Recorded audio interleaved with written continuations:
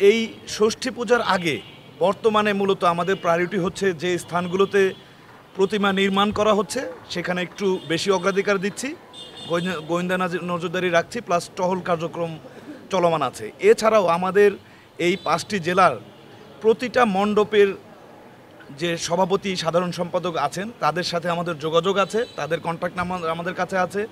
আমাদের টহল টিম প্রত্যেকটা মণ্ডপ ভিজিট করছেন, এই কার্যক্রম চলমান আছে।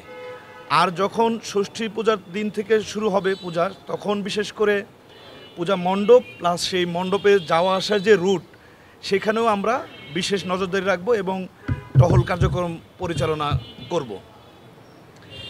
এবং এই পূজা উপলক্ষে শুধু আমরা র্যাবই নয়, আমরা এই উপলক্ষে বেশ কয়েকটি মিটিং করেছি অন্যান্য আইন শৃঙ্খলা বাহিনী এবং প্রশাসনের সাথে, এবং সকলেই অত্যন্ত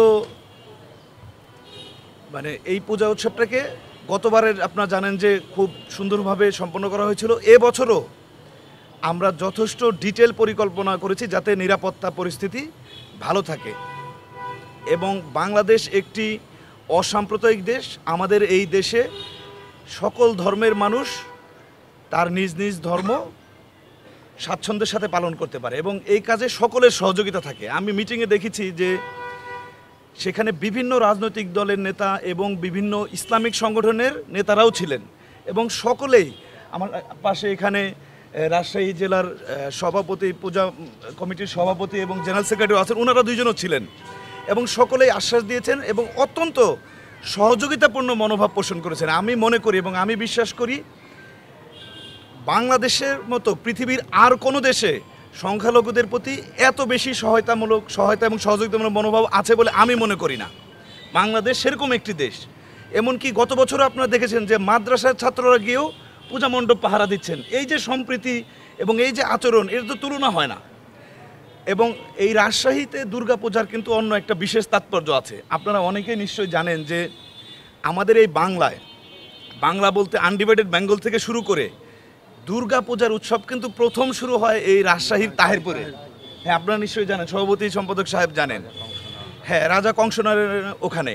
তো সেই হিসেবে কিন্তু রাজশাহীর দুর্গাপূজা একটা বিশেষ তাৎপর্য বহন করে এবং ঐতিহ্যবাহী, এবং আমি বিভিন্ন মণ্ডপ থেকে এর যে আমেজ সেটাও লক্ষ্য করেছি। অর্থাৎ এখানে অন্যরকম আরও বেশি উৎসাহের সাথে, উদ্দীপনার সাথে এবং উৎসবমুখর পরিবেশে এখানে পূজা পালিত হয় এবং আমরা নিশ্চিত করব যাতে করে অত্যন্ত নিরাপদমূলক পরিবেশ বজায় থাকে, নিরাপত্তা পরিবেশ বজায় থাকে, মানুষ যাতে স্বাচ্ছন্দ্যে নির্ভয়ে পূজা মণ্ডপে আসতে পারে সেই বিষয়টা খেয়াল রাখবো। এবং এছাড়াও রাস্তায় আমাদের মা বোন যারা আসবে তারা যাতে কোনো ইফটিজিংয়ের শিকার না হয় এই বিষয়টাও আমরা বিশেষভাবে নজরদারি রাখছি। তো আমরা আশা করছি যে আসন্ন পূজা অত্যন্ত উৎসবমুখর পরিবেশে সম্পন্ন হবে।